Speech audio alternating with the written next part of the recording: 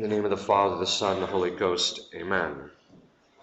We continue once again our homilies on tradition, and we want to talk about how to recoup the tradition, specifically in our own lives, I'm not going to talk about, in fact, about the priests, how they do it, but principally how the lay people can recoup it. We have observed that we must return to the tradition, and each and every generation has an obligation, a moral obligation, to accept the tradition, since the knowledge and means necessary for salvation is passed only on by means of the tradition. We therefore come to the point where we can discuss, so how do we recoup it? And basically, the way you recoup it is by embracing your patrimony, your Catholic patrimony. But what does that mean concretely? Well, for the laity, there are a number of things which they can do, and we have already suggested some already. They, being the proximate means by which their children receive the tradition, can and ought to buy traditional catechisms. In other words, the parents are principally the way in which the tradition is passed on. And by principle, I don't mean the official way it's passed on, but rather the way in the concrete that it is passed on in most cases, because let's face it, most of us receive the faith from our parents. These catechisms, so parents should have good catechisms in the home.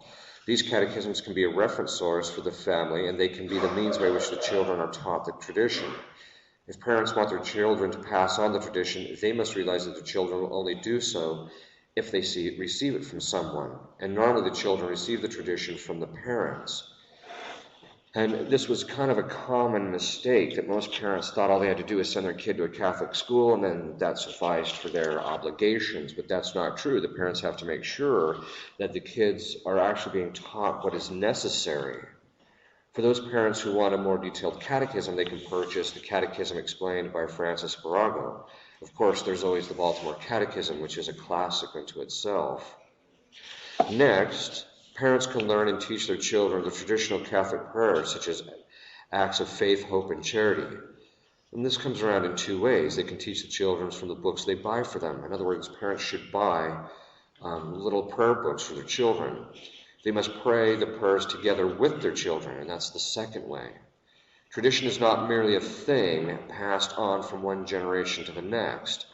The act of tradition, that is, the act of passing on our Catholic heritage, also begets a set of habits in which the person who develops these habits is always seeking to know the tradition, to live it, and to pass it on. In other words, in passive tradition and receiving the tradition, it sets up a set of habits in the children, and recognizing the tradition is a good thing, they're happy to receive it, that type of thing. Our current generation, however, is in the habit of novelty, and that is why the tradition is so difficult for many of them, because the tradition is not just a thing, but an action. That is, it's a way of living. This way of living is manifest in traditional prayer, morals, and the spiritual life, and that's what the parents primarily have to seek to beget in their children. That is, the habit of traditional prayer, morals, and spiritual life. One of the principal ways in which parents can ensure the passing of the tradition to their grandchildren is to make sure that their own children, are reared and formed in the proper understanding and the living of the moral and theological virtues. Traditional Catholicism has always rested upon a core code of conduct, which we call morals. The Church has always held that certain things are morally right and certain things are morally wrong. That is, some things are just sinful and some things aren't. Some things are gravely sinful and some things aren't. Parents must teach their children the traditional morality, otherwise the tradition will be blocked. This follows from the fact that dissolute living finds moral principles and principles in general repugnant, since they are seen as a way of taking away a person's freedom and appetitive license. In other words, if you don't teach people morals and expect them to live by them and teach them how to live by them and how to develop the virtues, you will simply have unprincipled children. And this is really one of the biggest problems we're up against in the traditional movement, is that even the traditionalists very often are unprincipled. This we'll talk about later. If a child is taught virtue and lives virtuously, the sweetness and joy of virtue will help him to lead a principled life. And so he will recognize the need to conform himself to principles that are passed on by the tradition. If he is immoral, he will more than likely reject the tradition. A collapse in morality in any culture or society is always accompanied by a rejection of the tradition. Parents can also buy and read books which will inform them about the Catholic faith. This provides them with the knowledge necessary to form their children. The books will also be available for the children as they get older to read for themselves. A traditional Catholic family should always have a modest-sized library, determined by the financial means of the family, which serves as a source of knowledge and inspiration for those in the home. It provides an external sign for those in the house that we must conform ourselves to the tradition and not tradition to ourselves. In other words, the modest library becomes the standard by which they realize, okay, this is what I need to know, this is what I judge whether I believe is correct or not against.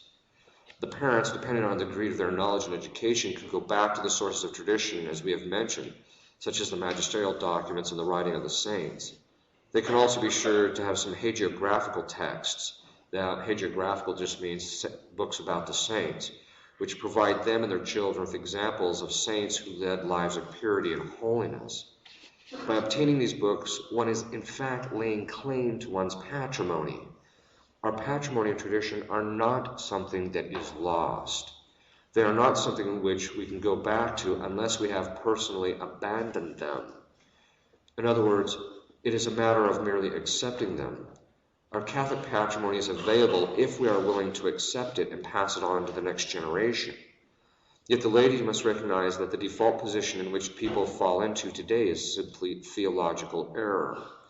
In other words, there seems to be a general atmosphere of theological and philosophical error, both among the members of the Church and in society, so that unless one is put in contact with the tradition or accepts it on his own, he's just going to fall into error. It's just the nature of the situation. The atmosphere, in a certain sense, as one breathes in, because it's so imbued with modernism and immanentism, then what's going to happen is, unless one does something, he is simply going to fall into the default error of modernism. And so unless one is deeply rooted in the faith by being knowledgeable and committed to the tradition, more than likely that person will simply fall into modernism. In fact, the modernism is so pervasive, again, this is something we're going to talk about later, most traditionalists are modernists, and they don't even realize it.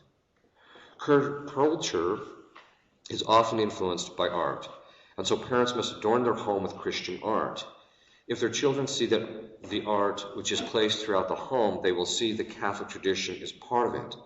This practice will have a direct impact on the catechetical and intellectual formation of the child. The parents themselves must lead a Catholic life. They should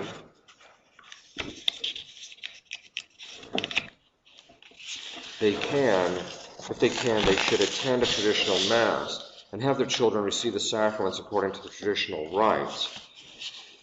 If their children go to the ancient rite of Mass, it will have a formative effect on the children. It's based upon the principle of lex credendi, lex orandi, or it's also the reverse of that, lex orandi, lex credendi. The law of prayer, in other words, how you pray determines how you believe. If the children see the parents engaging in traditional prayer and pious devotions, this will teach the children how they are to lead their lives. Parents must pray traditional prayers and engage in traditional pious practices with their children. This is one of the principal ways that the tradition is a living thing.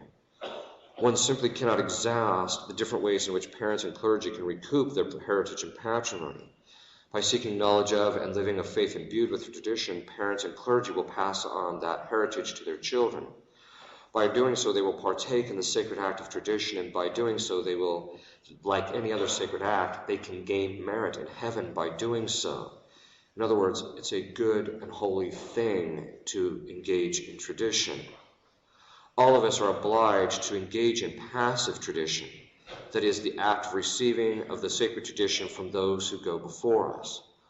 All of us are obliged to lead lives in congruity with the tradition, and for some, that means that they must engage in active tradition, that is, the act of passing on what is given to them, each according to his own measure and state in life. But like any other sacred act, we depend upon the grace and providence of God, who is the very author of that tradition.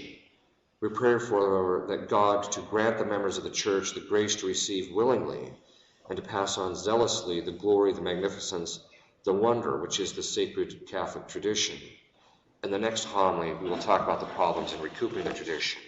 In the name of the Father, the Son, and the Holy Ghost, amen.